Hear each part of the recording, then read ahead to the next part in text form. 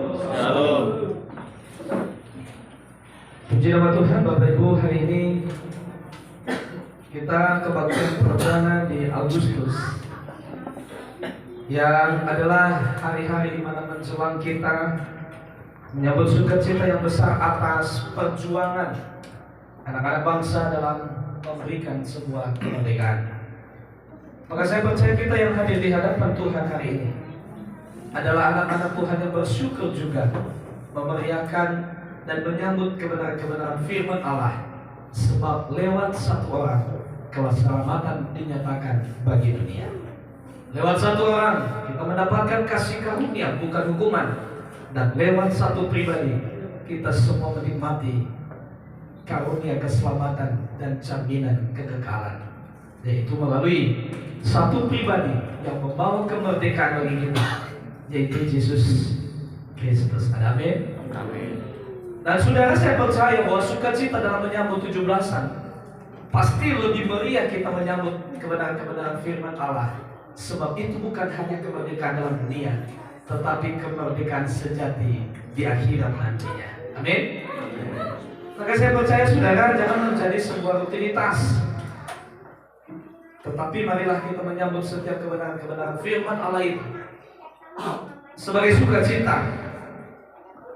Dan sama seperti dalam menyambut 17-an, pernak-pernik ciri khas kemerdekaan itu muncul di mana-mana. Di setiap gang kita melihat ada tanda-tanda itu, bahwa ada kemerdekaan di tanah Indonesia ini. Maka saudara, sebagai orang yang sudah dimerdekakan, tanda-tanda seperti itu saya berharap melalui sifat perilaku kita, tanda-tanda kemerdekaan yang Tuhan sudah nyatakan bagi kita, nyatakanlah itu. Sehingga setiap gang kita melihat ada anak Tuhan di sana, setiap gang ada kemerdekaan di sana. Amin. Amin. Saudara yang terkasih, hari ini kita akan belajar firman Tuhan terusan dari Matius pasal 11 ayat 25 sampai 30. Matius pasal 11 ayat 25 sampai 30.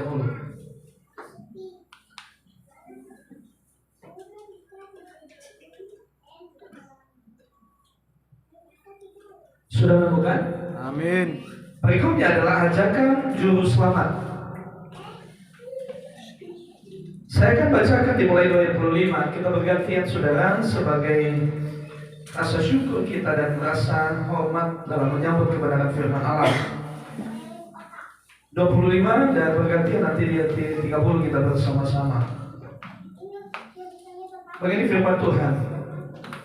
Pada waktu itu berkatalah Yesus, "Aku bersyukur kepadamu Bapa, Tuhan langit dan bumi, karena semuanya itu Engkau sembunyikan dari orang bijak dan orang pandai, tetapi Engkau nyatakan kepada orang kecil."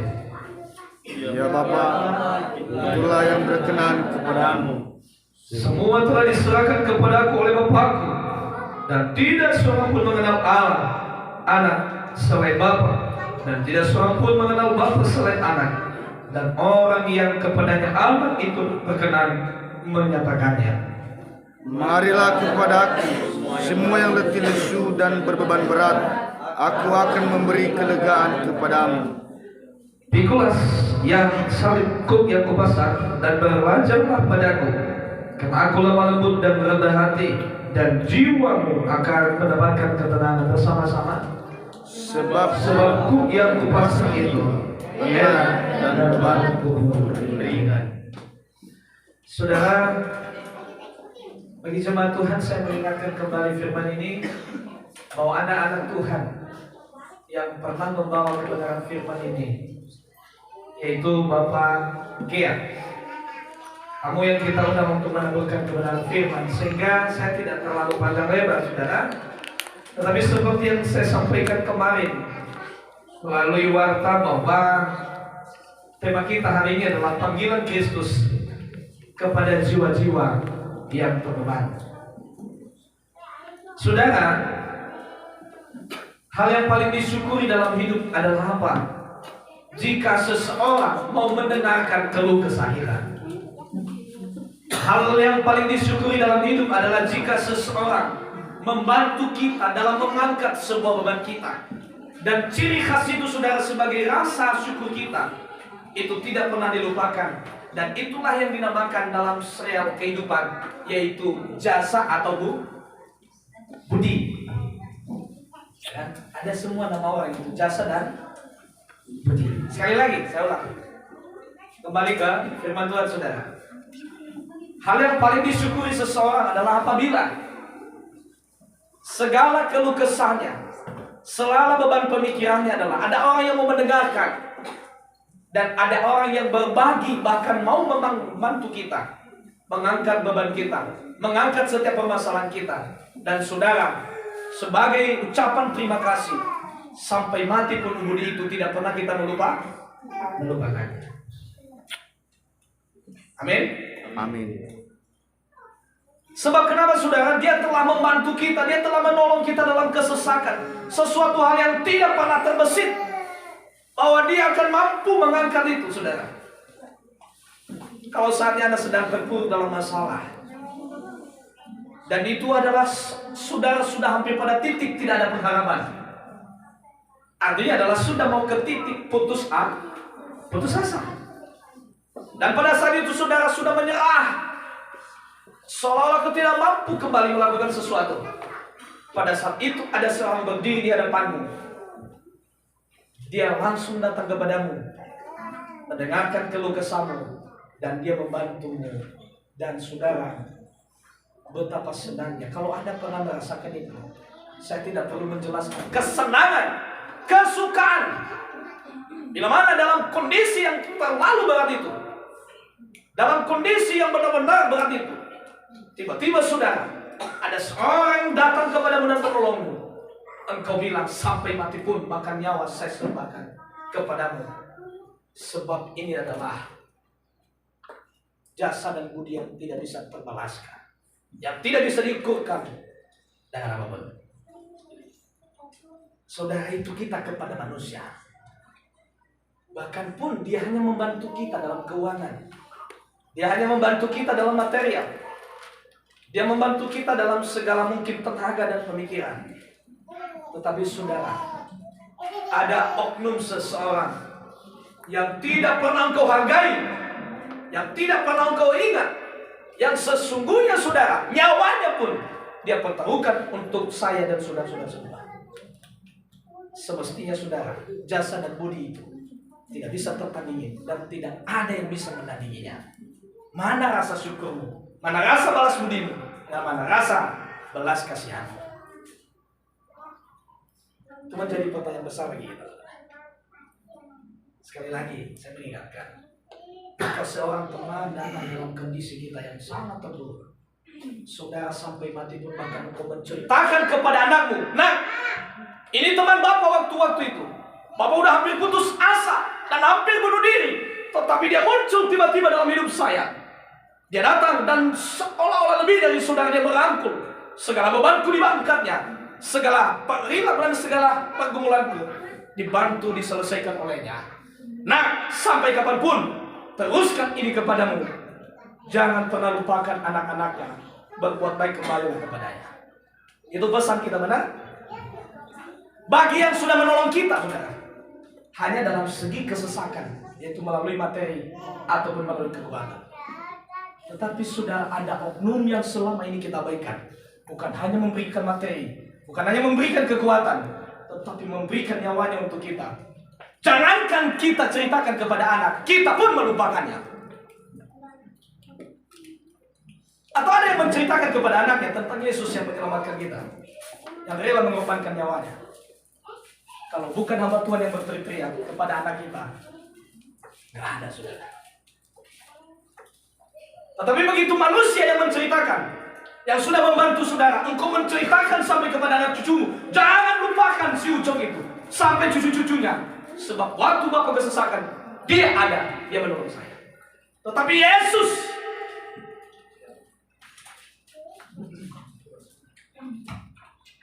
yang bahkan bukan hanya materi dia berikan, saudara, nyawanya pun dia berikan bagimu untuk menyelamatkanmu. Tetapi engkau tidak menceritakan kepada anakmu, Jangankan menceritakan kepada anak, bagaimanapun engkau tidak mensyukurinya, mengingatnya kembali. Saudara, ini hal yang penting untuk kita sampaikan bersama. Ini adalah ciri khas bagaimana Allah yang Maha Besar dalam satu pribadi memberikan anugerah yang tidak bisa diukirkan, digantikan oleh siapapun. Saudara, kalau Anda pernah mendapatkan belas kasihan suatu kesesakan itu, Saudara, Yesus lebih dari itu yang diberikan begitu. Jasa dan budi itu, bagaimana engkau menyikapinya? Bagaimana engkau menyikapinya, saudara? Seruan untuk beribadah aja, engkau mengabaikannya. Bagaimana engkau menuntun kepada anakmu? Nak, jangan lupakan Yesus ini, yang bukan hanya menolong kita dalam kesesakan, yang bukan hanya memberikan segala sesuatu yang kita butuhkan, pada akhirnya pun nyawanya diberikan, agar Bapa dan anak-anak semua selamat dan dinyatakan bukan hanya selamat di dunia, tetapi selamat di akhirat. Ada enggak, saudara? Tetapi kalau ada seseorang padahal ada bantuannya, di saat itu kamu sedang kesusahan, kamu sedang ditagih oleh debt collector karena kesesakan, sudah hampir katanya apa? Kalau enggak, kamu segala milikmu akan kami sita. Maka kita sudah hampir putus asa. Begitu ada yang menolong dalam materi itu, engkau sudah bilang, nak, sampai ke cucu nanti, jangan lupakan kebaikan itu. Sekarang pertanyaan yang sama. Ada kalimat gak kita utarakan kepada anak-anak kita? Nah, jangan lupakan jasa Tuhan Yesus dalam hidup. Gak ada, saudara. Jangankan kita mengingat jasa itu. Jangankan kita mengingatkan anak kita untuk jasa itu. Kita sendiri pun lupa. Mengabaikannya. Nah, ini yang perlu. Dan pada saat ini kita belajar tentang ajakan juru selamat. Bagaimana saudara saya memberikan tema ini, panggilan Kristus kepada jiwa-jiwa yang terbeban. Bagaimana dia memperhatikan beban orang lain.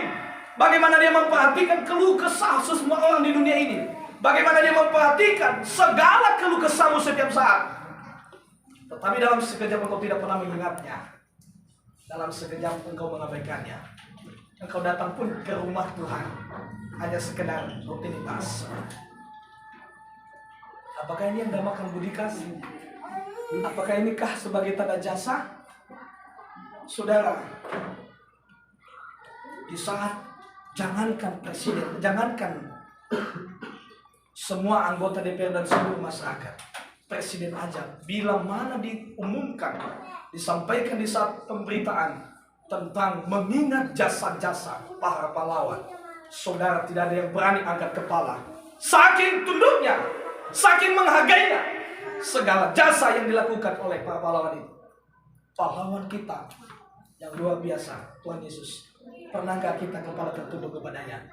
Tidak. Tetapi kepala terangkat, seolah-olah tidak butuh lagi kepadanya. Itu real, saudara.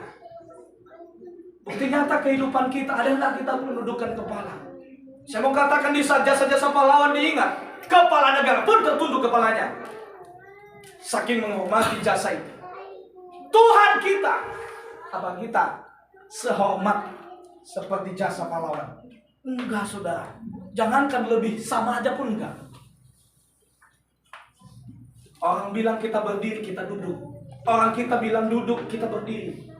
Orang kita bilang kita berdoa, kita masih buka mata lagi ngobrol. Itukah jasa? Engkau menghargai jasa Tuhanmu dalam menyelamatkanmu. Seperti itu kah? Tapi saudara, dari firman ini tadi kita melihat bagaimana dia begitu perhatian mengingat beban-beban manusia, sehingga dia meninggalkan tahtanya yang maha besar, tempat yang maha mulia, demi kita sekalian. Saudara, inilah panggilannya bagi kita. Ia begitu memperhatikan setiap kita. Setiap jasa-jasa yang dilakukannya, dalam memerdekakan kita, dalam membuat kita terlepas dari penghambaan, terlepas dari ikatan-ikatan belenggu dosa. Dia berusaha sampai pada akhirnya titik yang semestinya berat sekali, saudara, sampai dia berdoa di Getsemani itu. Begitu dia mengalir, peluhnya itu seperti darah. Saudara, kalau belajar tentang psikologi, itu adalah tingkat stres yang paling tinggi. Orang belum sampai ke sana, orang semuanya menjadi gila. Karena kebetulan saya pernah menerima ajaran itu. Itu peluh, kalau istilahnya beboi, itu menjadi darah, saudara. Itu titik stres yang paling tinggi. Dan kenapa manusia belum sampai ke sana? Karena sebelum sampai ke sana manusia sudah gila. Artinya segitu beratnya, saudara. Orang manusia dia tidak sampai kepada titik stres yang paling tinggi itu. Tetapi Yesus sampai. Karena saking beratnya, saudara. Maka doanya pun singkat, saudara. Tuhan, sekiranya cawan ini berlalu daripada aku, maka lebih berlalu. Tetapi pada akhirnya dia menyadari, demi kita, dia bilang, biarlah kehendakmu yang jadi. Itu berat, saudara. Seperti tadi, really. Termasuk kita sekalipun di luar lapangan, kalau sedang mendengar seruan dari lapangan paskibraka, mari kita mengenang jasa-jasa pahlawan. Saudara, secara spontan engkau menundukkan kepala karena engkau mengingat jasa itu. Tetapi Tuhan kita, pernah nggak kita seperti itu? Sama, ini aja. Di rumahnya aja, kita berdoa aja, orang lain berdoa kita buka mata. Orang suruh berdiri, kita masih duduk. Apakah kita termasuk tanda-tanda yang menghargai jasa Tuhan Yesus sama bukan? Itu tanyakan pada diri kita masing. Saudara yang terkasih dalam nama Tuhan Yesus, pada akhirnya, saudara, pertama yang kita pelajari dari firman yang kita baca tadi, pada waktu itu berkata Yesus, aku bersyukur kepadamu ya Bapa, Tuhan langit dan bumi, karena semuanya itu Engkau sembunyikan bagi orang yang bijak dan orang pandai, tetapi Engkau nyatakan kepada yang sekecil ini. Saudara, bagaimana syukur Yesus, sebab perhatian yang indah ada dan tertuju kepada orang yang tertindas, tertuju kepada orang yang lemah, bukan kepada orang pintar, bukan kepada orang yang bijak dan pandai, tetapi semua itu dinyatakan kepada orang yang lemah. Saudara yang terkasih, itu syukur yang pertama dinaikkan Yesus. Boleh ayat yang ke-25 ditampilkan?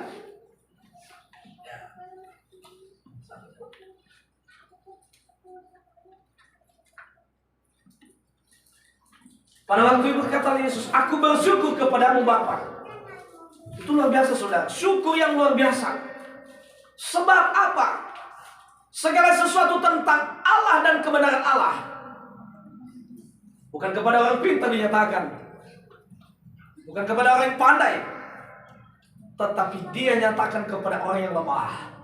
Artinya perhatian pertama Tuhan Allah tertuju kepada kita yang lemah. Orang yang dinyatakan dunia kecil. Jadi jangan merasa kecil hati kalau dunia memandangmu kecil. Segala sesuatu yang kamu lakukan itu tidak ada artinya, saudara. Tetapi Allah yang maha besar, pemilik segala langit dan bumi, Ia justru memperhatikannya. Dan itu hal yang paling disyukuri dalam hidup, saudara. Sekiranya contoh, setiap pemimpin-pemimpin, bahkan kepala daerah tidak memperhatikan kita, tiba-tiba sang pemimpin nomor 1 datang memperhatikan, saudara, begitu karya terbesar, luar biasa. Camat aja nggak pernah main ke rumah. Contoh, gubernur aja tidak main ke rumah, tiba-tiba presiden langsung datang ke rumah bertamu dengannya. Saudara, itu anugerah yang terbaik dan terindah. Bagaimana jika kau tiba-tiba melihat di depan pintu ada presiden sedang bertamu dengannya? Nggak tahulah gimana mau ngomong apa. Gerakan kita pun luar biasa. Saking tergirangnya sukacitanya menyambut sang pemimpin nomor 1 di Indonesia. Dan itu yang disyukuri Tuhan. Dan semestinya itu syukur kita yang luar biasa, saudara. Bahwa Allah yang maha besar itu bukan mengabaikan kita, tetapi memperhatikan kita. Tetapi saya melihat banyak orang yang, Tuhan kenapa Engkau tidak memperhatikan saya? Kenapa Tuhan meninggalkan saya? Pertanyaannya, pernah nggak berbalik bertanya, Tuhan apakah saya sudah jauh apa dekat kepadamu? Sehingga suara saya tidak sampai ke sana untuk memanggilmu. Kadangkala saudara, kita itu berasa maju, tetapi justru mundur. Contoh, kebetulan mimbar ini ada di samping kiri saya. Dari sini kita udah bergerak. Wah, Tuhan. Begitu dia melangkah, saya melayani Tuhan, saya melayani Tuhan. Ternyata saudara, dia berpikir dia sudah maju di dalam Tuhan. Totalnya dia semakin jauh dari kebenaran. Dan itulah iwal orang cendekia atau orang bijak. Kebanyakan saudara, kebenaran mereka menjadi dasar daripada kebenaran Allah. Sehingga lebih dominan kebenaran mereka daripada kebenaran Allah. Sehingga pada akhirnya mereka merasa dekat, tetapi sesungguhnya mereka jauh. Sama seperti itulah yang dicekal Tuhan Yesus kepada orang Farisi dan ahli Taurat, yang merasa sudah ada di bait Allah dan ada di hadapan Allah, tetapi dengan spontan Yesus bilang mereka jauh. Kadang-kala itu yang menjadi teguran-teguran nyata dalam hidup ini, saudara. Saya merasa dekat kepada Tuhan, tetapi Tuhan yang menentukan. Bisa saja saya sudah semakin jauh. Gembala pasti lebih dekat kepada Tuhan. Hati-hati saudara. Kadang-kala seperti tadi, kepandaian, kepintaran itu merubah statement arah jalan kita, yang pada akhirnya kita merasa serasa maju, tetapi sesungguhnya kita sedang meninggalkan kebenaran. Dan itulah ahli-ahli filsafat yang sekarang ini saudara sedang berkoar-koar menyatakan tentang kebenaran-kebenaran sesungguhnya semakin jauh dari kebenaran Alkitab. Tetapi dalam prinsip mereka menyatakan kami semakin dekat, saudara. Saudara yang terkasih, itu rasa syukur. Maka Tuhan mengajarkan kita kembali dengan sifat ini. Artinya saudara, panggilan Bapa itu adalah panggilan yang segitu dekatnya, yang sama sekali Tuhan Yesus buat tidak ada pemisah kembali. Dan saudara, dia mengajak kita juga datang kepada Yesus untuk bergumul sebagai seorang bapa, bergumul seorang anak kepada Bapa. Yang pada akhirnya saudara, itulah rasa hormat kita kepada Bapa.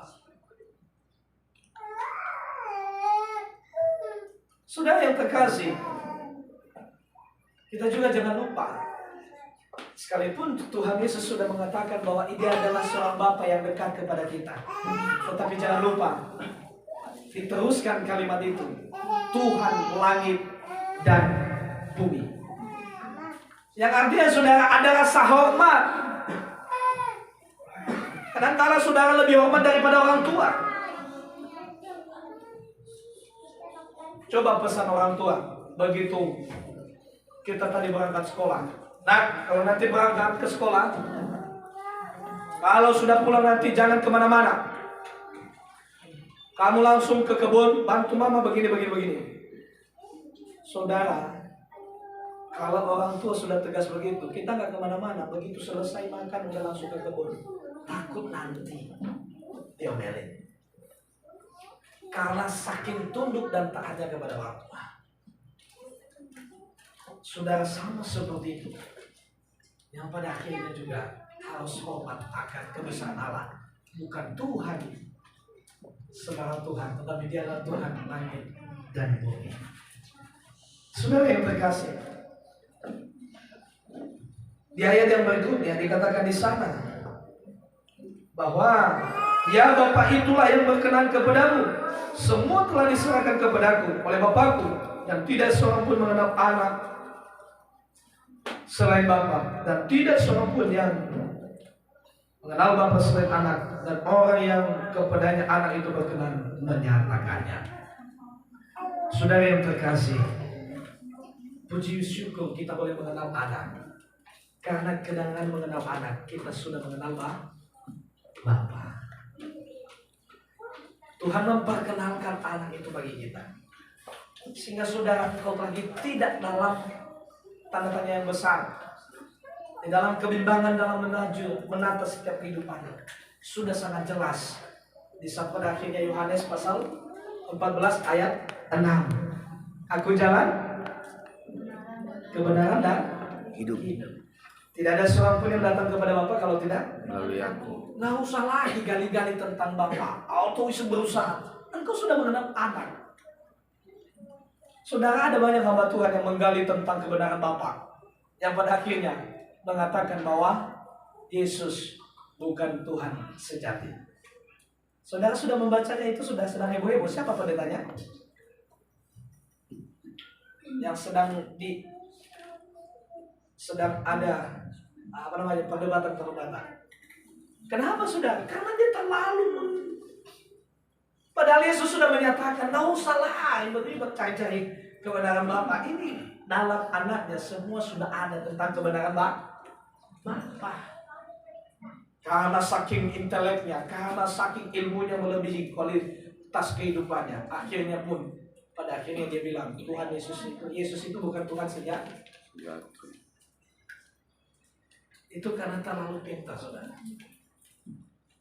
Makanya hati-hati, kadang-kadang kepintaran kita mengarahkan kita untuk hidup dalam benar yang semestinya bukan kebenaran sejati, tetapi jauh dari kebenaran yang sesungguhnya. Sehingga firman Tuhan katakan banyak orang yang menyangka jalannya lurus, tetapi pada ujungnya adalah menuju maut. Saudara, itu yang kita doakan hari ini. Itu yang kita gumuli hari ini. Tuhan, apakah benar jalanku di depanku itu sedang ada jurangkah atau bukan? Jalanku sudah benarkah atau bukan? Karena yang tidak terbayangkan, saudara, bila Anda sudah sampai pada titiknya, engkau melihat di depanmu bukan keselamatan, tetapi jurang maut. Engkau menyesal untuk kembali tidak mungkin. Kembali, saudara. Disitulah titik di mana orang penyesalannya tidak lagi berguna, saudara. Penyesalannya tidak lagi berfungsi. Sebab kenapa, saudara? Kembali pun sudah tidak mungkin. Maju pun maut, saudara.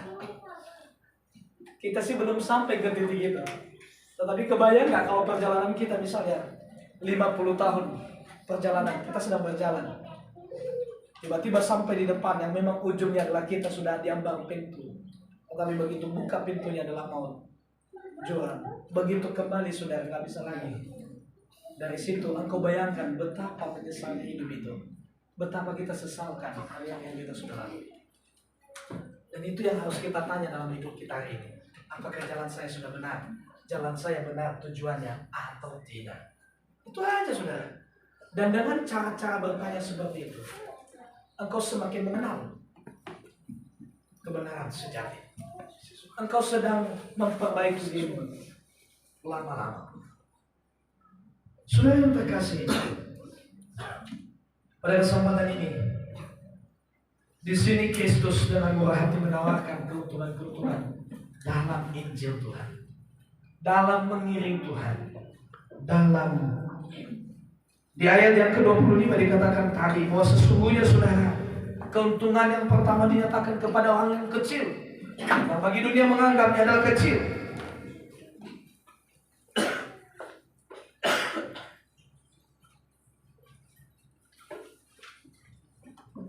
Dan saudara, kita mari belajar tentang apa yang harusnya, apa yang menjadi keuntungan dari tawaran-tawaran Tuhan ini. Perhatian Tuhan yang luar biasa kepada kita. Saudara, yang pertama adalah Tuhan Yesus adalah tempat perteduhan sejati. Saudara, sebenarnya khotbah ini saya ingin sampaikan melalui PowerPoint, tetapi kondisi tidak memungkinkan saya untuk bergadang Biasanya saya begadang jam 3 pagi untuk menyiapkan ini. Saya melihat di jam 11 itu saya udah tepar. Ya, gak bisa lagi. Nah, saudara apa? Bagaimana namanya tempat perteduhan? Saudara, bila mana Anda sudah mulai haus, dan bukan haus, tetapi paling haus, dan Anda sedang ada di bawah terik yang paling panas, saudara, engkau begitu merindukan tempat ada pohon ataupun ada sesuatu atap yang menutupi kepala Anda dari kepanasan itu. Dan itulah keuntungan di dalam mengenal Yesus. Artinya saudara, di sana kau merindukan perteduhan itu, ada dengannya. Kau merindukan ketenangan itu, ada bersamanya. Di ayat 28 dinyatakan di sana. Marilah kepadaku semua yang letih lesu dan berat, aku akan memberikan kelegaan kepadamu. Dan pikulah aku yang kubas, belajarlah daripadaku, karena aku lemah lembut, rendah hati. Artinya saudara apa? Dalam seruan itu, Allah adalah tempat, Yesus adalah tempat perteduhan sejati. Kita harus menjadikan Ia adalah penguasa, yang pada akhirnya saudara, di tangannya ada tongkat yang menyatakan sebuah kebesaran bahwa Dia adalah penghakim atau hakim di saat-saat terakhir. Yang artinya saudara, Anda semakin dekat dengan Tuhan, wah ini pembela kita, pasti nanti akan selamat. Karena pada akhirnya Dia adalah penghakim saudara. Di tangannya ada nyiru, yang pada akhirnya Dia akan menyiru isi, Dia akan bawa bersamanya. Tetapi sekam, Dia akan kumpulkan juga, tetapi dibakar api dengan api yang tidak pernah mati saudara. Selanjutnya saksikan, kita harus datang kepada Yesus sebagai guru. Karena segala sesuatu kita harus belajar kepadanya. Kita harus belajar kepadanya. Ia adalah lemah lembut, dinyatakan di sana. Aku adalah lemah lembut dan rendah hati. Aku belajar kepadanya karena aku mendapatkan ketenangan. Dan itulah menjadi target kehidupan kita saudara. Adalah ada dalam ketenangan. Saudara, target kehidupan kita adalah ketenangan. Tanya pada dirimu sekarang ini, dengan apa yang sudah Anda miliki, dengan Anda apa yang sudah Anda jalani, Anda sudah mendapatkan ketenangan belum? Saudara, pernah nggak merasakan ketenangan? Dan kita sebenarnya ingin selalu setiap saat itu ada dalam ketenangan itu. Dan itulah targetnya Tuhan Yesus saudara. Ada di tengah-tengah dan Dia datang ke dunia, memberikan ketenangan itu, memberikan kelegaan kepadamu. Saya tidak menjelaskan pikul khotbah karena kemarin sudah dijelaskan oleh hambanya Bapak Gia, Alferius Gia. Tapi saya menyatakan bagi kita saudara, kalau targetmu ketenangan itu tidak didapatkan dari materi, tetapi ketenangan itu seberapa dekat kepada Tuhan. Itulah yang menjadi landasan. Sebagaimana engkau dekat kepada Tuhan Yesus Kristus. Bersyukurlah, sebab panggilan Kristus ini tertuju kepada kita orang yang lemah dan dianggap tidak ada apa-apanya di dunia. Tetapi pada akhirnya saudara, anugerah yang diantaranya, Dia datang menyambut engkau, memberikan kelegaan kepada Tuhan Yesus memberkati. Kita berdoa.